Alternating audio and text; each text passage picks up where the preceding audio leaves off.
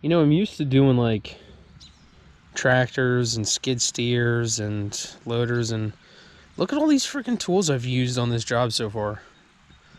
Like, look at all those wrenches I needed. Every single one of them long wrenches I needed for a job. And then I got like three different styles, 3/8, you know. I mean, 2 beers, and then I got the head bolts here. But, you know, this is what I needed to do this job, you know. Automotive, there's a lot more involved than tractors.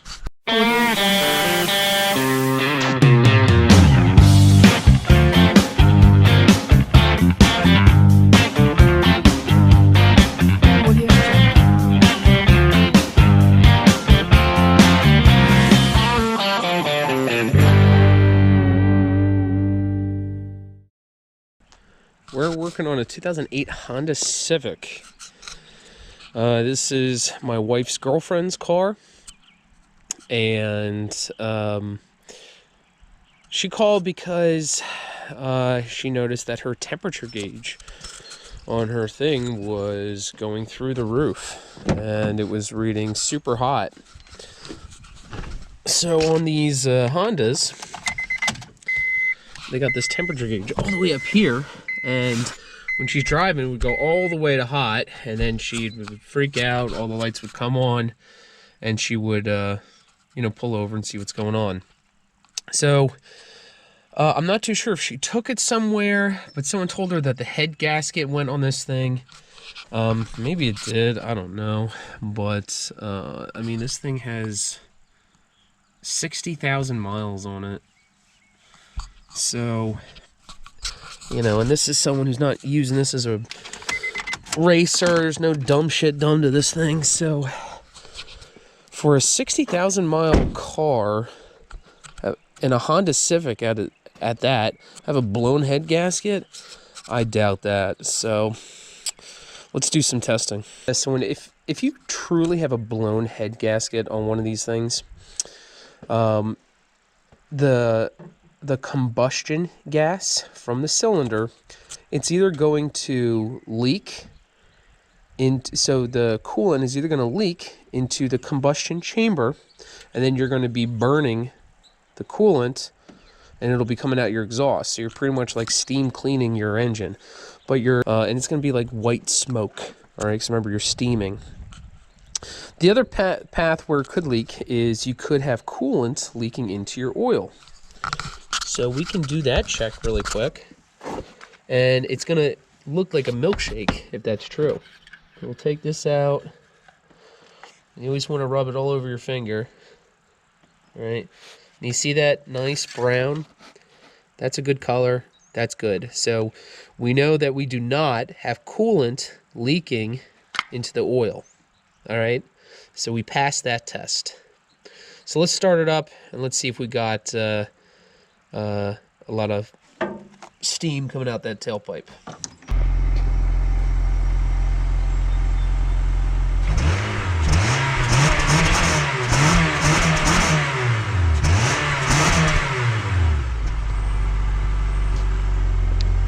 Misfire from a head gasket leak. She's going to be bouncing a little bit up and down. This thing's holding pretty tight, and the throttle response is great. I mean, I don't know.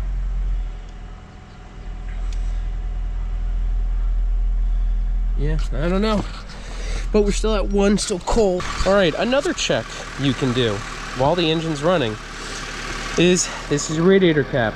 When it's running, don't open this, all right? However, if there is combustion gas leaking into your coolant system's gonna get over pressurized, all right?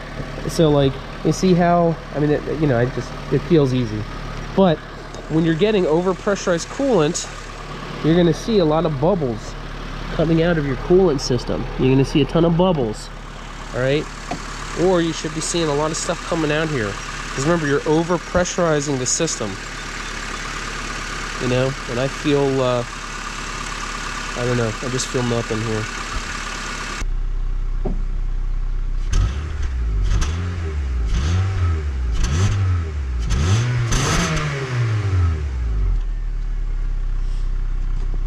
noticed, look at this, there's all this like liquid here, you know, and this is all coolant right under the cap. So I'm wondering, is the cap not sitting right? But then, like, I mean, there's coolant sprayed all over the place.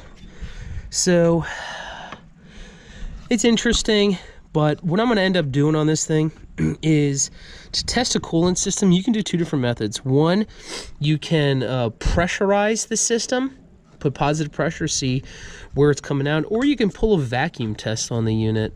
Personally, I really like the vacuum test method. It's a little bit more work because you got to drain the coolant out, but you're pretty much creating an absolute vacuum on the system, and if it's going to leak, you're going to find a little bucket here. And again, ideally you want to do this when it's cold.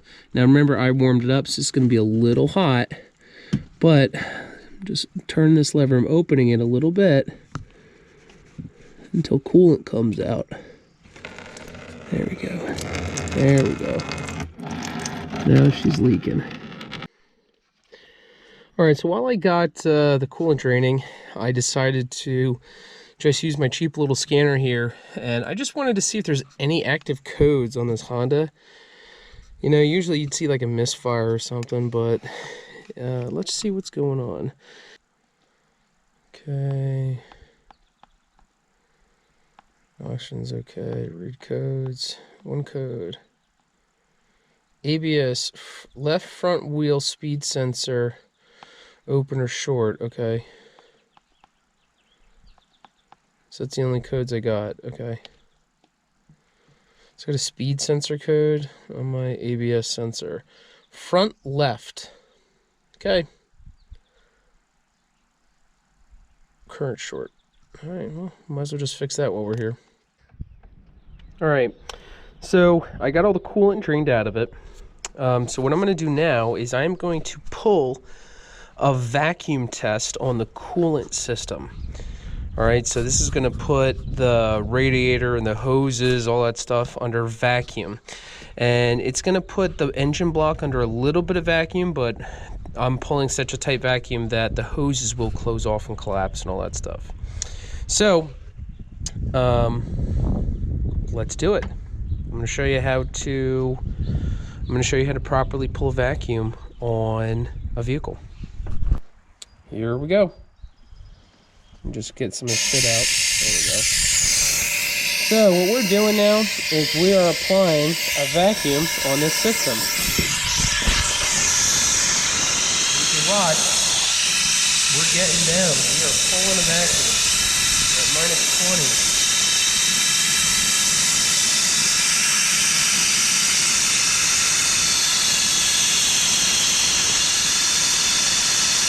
I think -25 is probably the lowest we'll be able to get this thing to.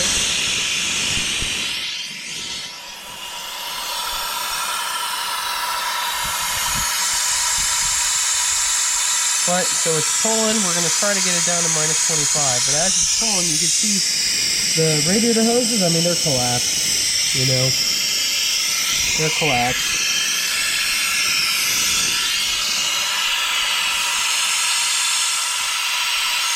So we're almost there. So the next thing I'm going to do is I'm going to valve wash this system. So you see where we're at, right? We're at pretty much -25 on the dot. I'm going to close this valve. We're going to see if anything's leaking. Alright, so now that you can hear. So we're just going to let this thing sit for a little bit, and we'll come back in, I don't know, 5 minutes. And let's see if we lost any vacuum. Alright, it's been about 5 minutes, and let's look at her. And it looks like it hasn't moved much at all. I don't think it moved at all. So, Ivy's drinking. So, I'm going to say that the coolant system is good here, that we have good, good vacuum on the coolant system. No coolant leaks within, you know, the radiator, the hoses. So that's cool. Yeah.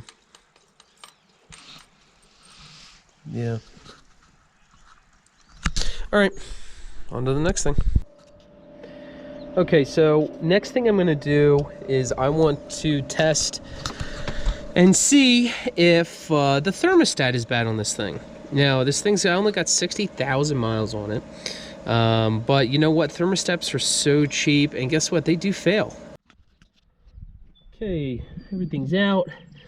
Now, these thermostats are usually on here pretty good, but oh man, I wouldn't be able to wiggle this thing free, I think. Usually you gotta like hit these things a couple times, but look, they came right out. So that was really nice. There we go. Puke your guts out, girl.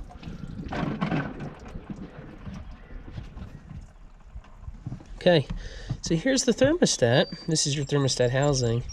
This is the thermostat itself. There we go. Pry it out of there. And what should be happening is when this thing gets hot and this thing heats up, this pulls back and this will open up. So the best way to test this, believe it or not, is I'm going to put this in a pot of boiling water. Let's see if this thermostat's actually opening up. All right, so we're in the kitchen, and I put the thermostat in boiling water. And so let's see if it's opened. It looks like it is. Look at that. She opened right up. So it looks like the thermostat is working just fine. Yeah, looks like it's working just fine.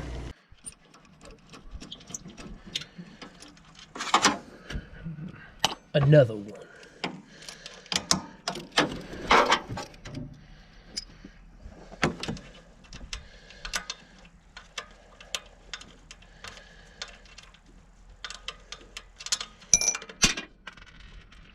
I love that sound.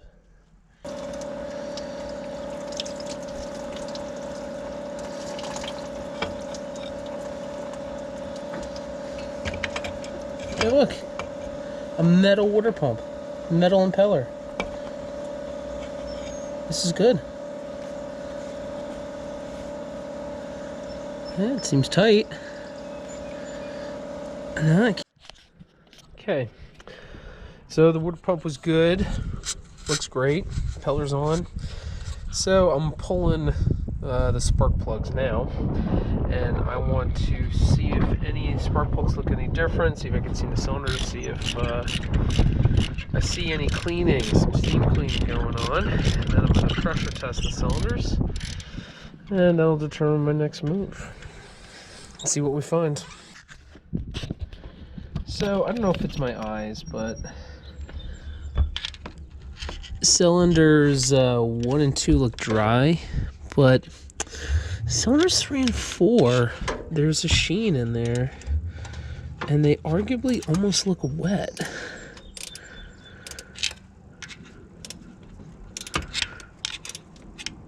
So this one looks wet.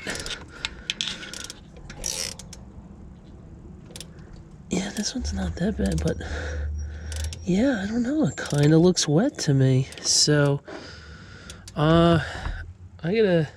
gotta do a leak test here.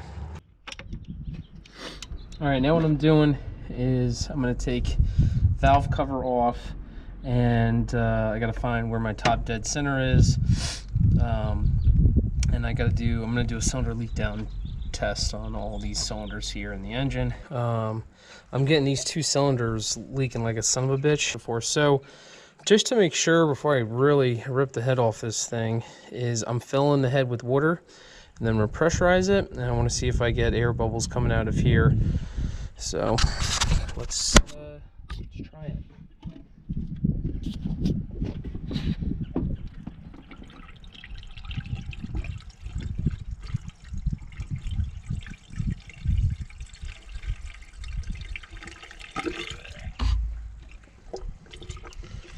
Filling up.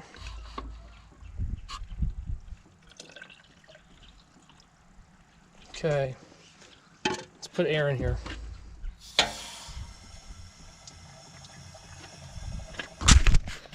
Look at that. Look at all them air bubbles. Son of a bitch, she does have a head gasket leak. All right, so Slowly making headway. Pulled off the, I guess you can call it the header and cat together, whatever you want to call it. So the exhaust is unbolted. There's 2 bolts underneath. They're like hangers for the exhaust. You got to unbolt them. And for your EGR valve, you got to unbolt this dumb thing too. The wiring harness, I pretty much just slung it over here. You got to take a bunch of fasteners and connections apart. And the one thing I decided to do is I popped the fuel rail. I left the injectors on, and I just popped the fuel rail, and then I swung it over there out of the way. Just seemed easiest for me. And then now I got this rail of connections just hanging out over there. I believe there's a plug back here. There's a bunch of tubes and stuff you gotta undo, but I took that out, and then you can see how loose the engine is, like it's moving nonstop. Well, I got a jack underneath it because I had to remove one of these top motor mounts. And so yeah, so that's where I'm at. The other thing I did is, and I think it's important, is on the, hold on, here we go. I don't know if you can see this, but on this cam over here, if you look at the top right here, you got, it says up. And then they got a dash here and a dash there. So this is where they want it to be. And then like the other thing is there's a blue link here. So this is done for a reason. And I'm assuming there's going to be also timing marks underneath. What I did do, because you got to take the timing cover off, is I did take that crank pulley off. That fucking thing was on tight, so you need a good impact or heat, but I wouldn't do heat because you got your seal there, but a good impact will rip it. And then now what I'm doing is I'm just taking off all these fasteners. See, there's one here, and there's a bunch of 10mm bolts on the bottom here, and then the top ones are all 12s. So there's like 6, 7, or 8 on the bottom. Actually, I think it's like, yeah, 9 on the bottom, and then got some of these 12s up top here. So I'm going to take those off, and then I'm going to whack this timing cover off, and we'll see what the timing marks look like. Alright, so you don't have to remove the motor mount to get it out, but that motor mount's going to have to, this motor mount here, this mount, this is going to have to come off for proper reinstallation because the tight is just way too tight. So this mount's got to come out, end of story. And we'll have to do that on reinstallation. Okay, up. It rotates clockwise. 1, 3, 4, 2. 1, 3, 4, 2. It must be the fire order, I guess. Okay. All right, and so here's your tensioner for your timing chain. So looks like you have a tensioner setter here too, so that's nice. So I'll show you how to do that. So I guess I'll have to turn on the crank then again. That's okay. But anyway, so you see how tight this is? We're gonna have to remove these guides, these timing chain guides. So these will have to come out, and then I'll have to see what the spec is, how far out this is supposed to be. I might have to just, it's probably worthwhile just replacing the chain anyway, to be honest. You see that? See that up arrow right there? And look at the other arrow right there. See those two touching one another? That must be top dead center. Yeah, it must be top dead center. So let me get the crank bolt, and I'm gonna turn it counterclockwise because I'm gonna try to relieve some of the pressure on.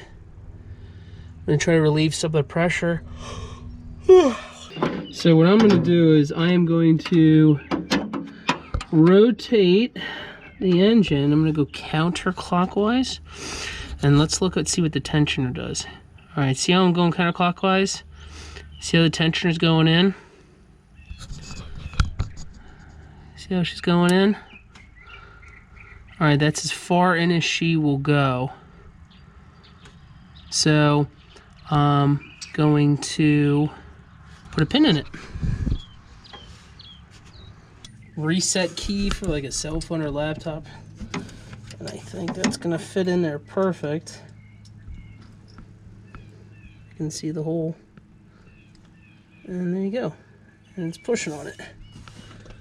So now that should give me, yeah, it gives me some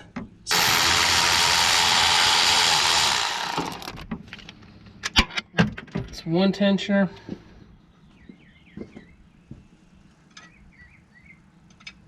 Here's your tensioner. And this is that locking pin. So that way she's locked in at that location. So we're going to reinstall it just like this. I'm going to leave this pin just like so. All right, and then once it's in, I will release this pin to apply the right chain tension again. But you got to make sure your timing marks are all lined up, or else you ain't going to fire, and then you're going to be cursing hard. Well, the head bolts are out.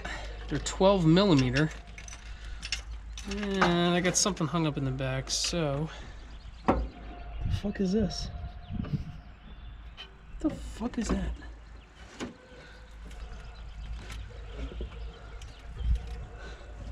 Got the head gasket out.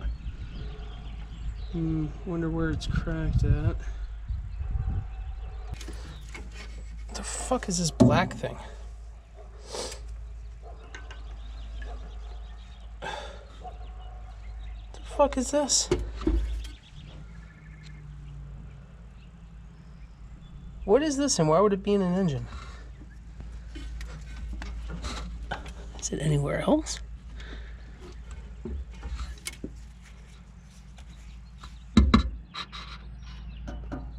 It's fucking rubber. Why would this be in an engine?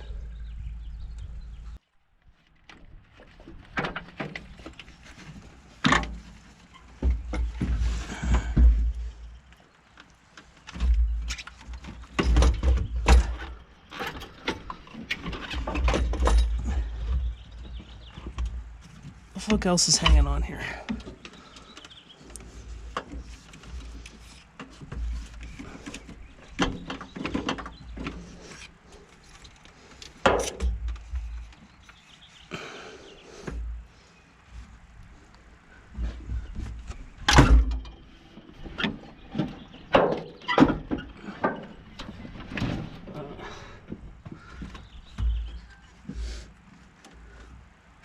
Another bracket I got to get out of here. All right. If you can see that, but we still got to do the vacuum boost, and I got one plug. I took the head off, and right here, this coolant jacket was this bar sitting in here, and I don't know what the hell this thing was, you know? It was just literally sitting in here, and I took pictures, and I was like, man, did somebody put this here on purpose, you know? Like, I mean, it fits a very unique way, you know? And so I was talking to a couple folks about it, Spanky in general, and after looking at some forums and doing some research, this is supposed to be in the cooling jacket, the water jacket here, and it's supposed to be in the jacket because it blocks off coolant flow to the cylinder here. So apparently Honda saw an issue and said, look, we're not getting enough coolant flow back here, so we got to restrict it. So they put this bar in here to do that. Sounds kind of hokey for Honda in my opinion, but it's supposed to be there, so we're going to put it right back in. And this bar is supposed to fit like this. I'm sorry. It's supposed to fit like there. That's how that bar is supposed to fit. And it sits just like that. It's not like crazy snug, but it's pretty snug. And it sits just like that. And it blocks off coolant to this side of the cylinder. So I don't know. It really don't make too much sense to me, but we're going to put it in because Honda said so. All right, so I flipped the head upside down and just cleaned it up quite a bit. But I am checking for, you know, any cracks in the head, you know, anything, any major issues that's gonna really, like, you know, bite me in the rear. And, like, man, I just haven't really seen any major issues here. Yeah, and then, like, I'm just not too sure why this head gasket failed. You know, and if I'm just checking to see how tight this thing is, just using a straight edge, you know, I mean, she passes the Brad Moran test, you know. If I just look at this end, if I go to the high end, I mean, yeah, she passes the Brad Moran test. If you check, like, these points, I mean, look at that. I mean, it's maybe a hair of a bow, but, I mean, I ain't gonna bitch about it. So I'm pre-fitting this gasket on here, this head gasket, and remember, there's that dumb wedge there, and when you put the head gasket on, you line up the holes, that dumb wedge blocks that coolant port. So it's got to make you wonder, like, how does that one blocking that one coolant port, although that coolant port is bigger, that makes that much of a difference? I don't know. I guess it does. Whatever. All right, so I'm just pre-fitting this. I hate how these are, like, you know, multi-layer, but anyway, I am gonna put some ultra copper. Gonna put a little dab of this, just like probably around like this bolt hole here, and then on all those over there, just because I want this to sit in place, because I'm gonna lift and dump this head on top. Luckily the head is like really light and nice to work with on this Honda. Now granted, the intake manifold is aluminum. I'm sorry, intake manifold is plastic. I don't know how everything's more expensive. Yeah, it's made cheaper, but whatever.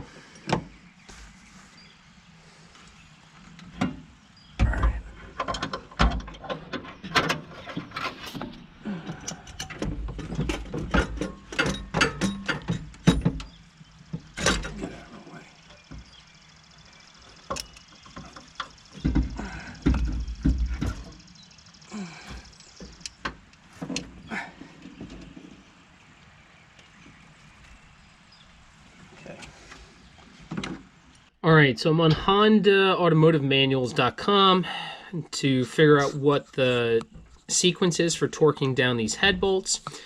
And they're pretty similar to a lot of like the tractor motors that I do. And I was really curious to see what do these get torqued to and what is the sequence. So if you guys can see my cursor here, you see here it's 1, 2, and then it bounces over 3, and then over here to 4, down to 5, over to 6, over to 7, swing over to 8, boom, boom. And that's it. And up here at 10, it says tighten cylinder head bolts in sequence to 39 Newton meters. So when it says in sequence, you're tightening it in this sequence to 39 Newton meters. Or if you want to use this, whatever. But it's 39 Newton meters. If you have a foot-pound torque wrench, it's 29 foot-pounds. Yada, yada, yada. Okay, when using, be sure to tighten slowly, don't over-tighten. Yeah, if you hear noise, stop. Okay, so you're going to tighten to 39 Newton meters or 29 foot-pounds in this sequence. And then step 11 says this. After torquing, tighten all cylinder head bolts in 2 steps. It's this in parentheses 90 degrees per step. If you are using a new cylinder head bolt, tighten the bolt an extra 60 degrees. Note, remove the cylinder head bolt if you tightened it beyond the specified angle and go back to 7 of the procedure. Okay.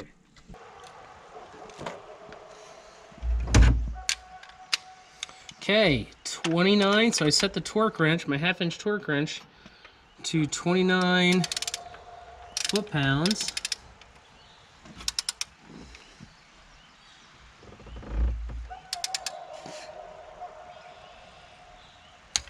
Okay, you heard it click. She said not to go over tighten. So this was the first cylinder. Now we got to do the back cylinder, or the back bolt.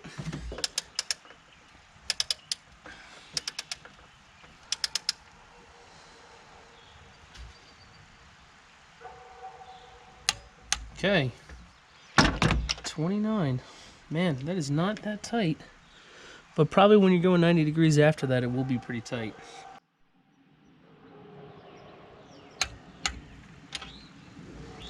Last one.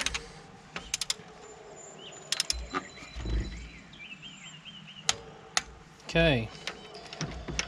So now we got to do 90 degrees, and I'm going to read the instructions again because I think it said 90 degrees, do everyone 90 degrees, and then do it again 90 degrees. So, this is the center bolt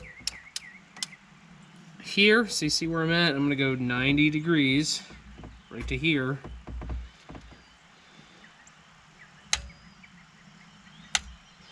So that's 90 degrees. Now I did it with a torque wrench, but you can hear it, you heard it click, but so that's 90. I'm going to do the back 90 as well.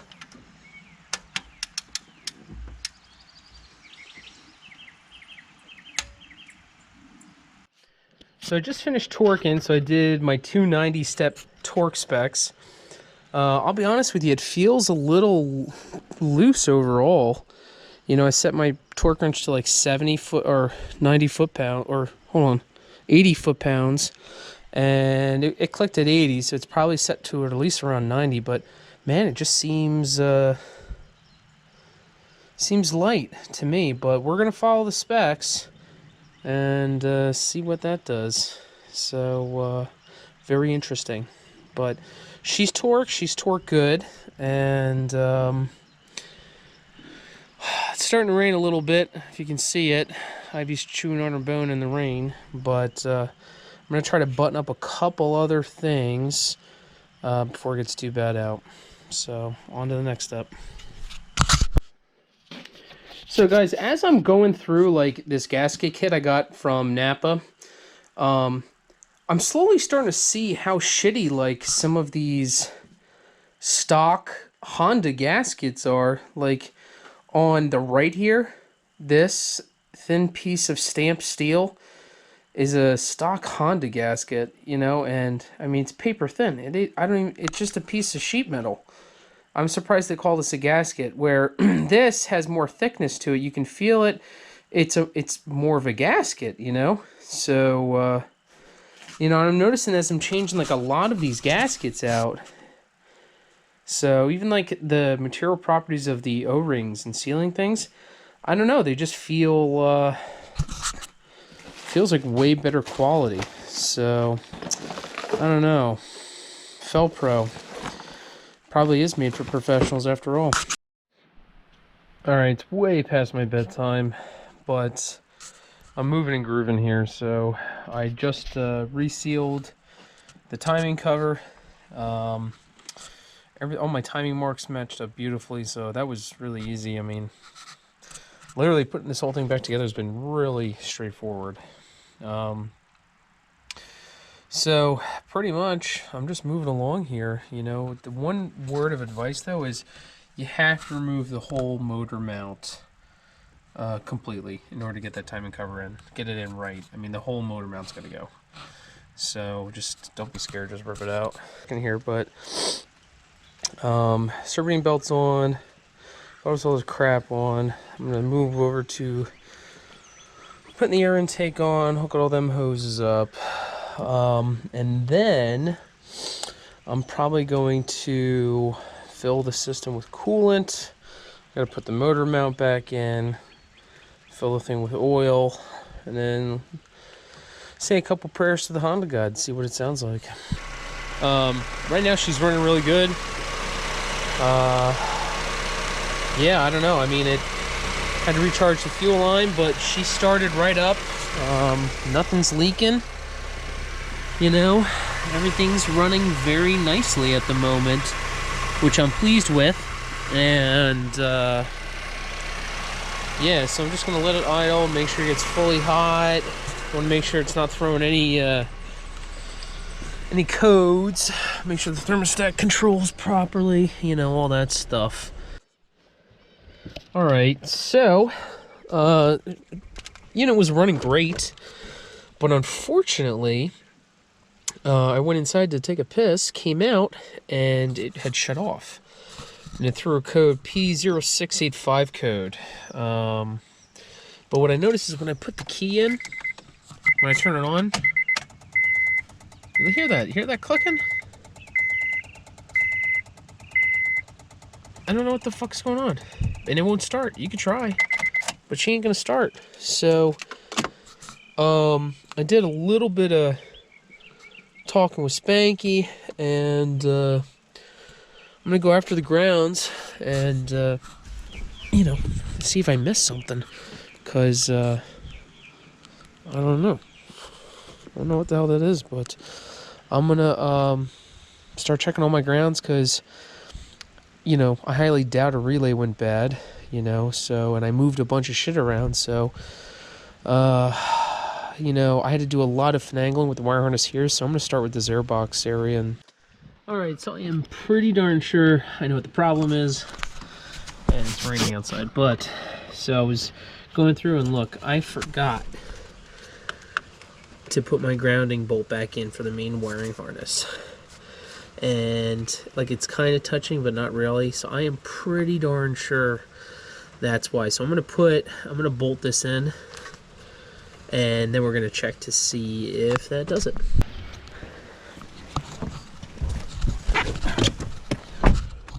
Fuck's the key. Okay, so let's see. So before we turn it on, it clicked. Oh look, no clicking. No clicking. So that was, I bet you that was it.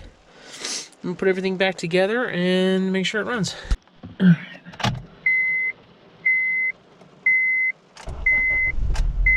There we go. That sounds nice.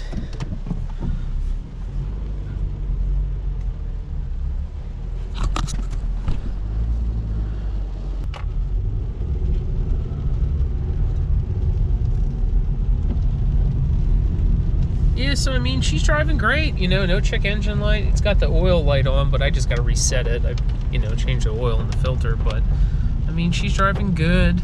Been driving around for a while, and engine temp is, you know, stable. Everything's normal. It's not misfiring, not blowing smoke out the exhaust, you know.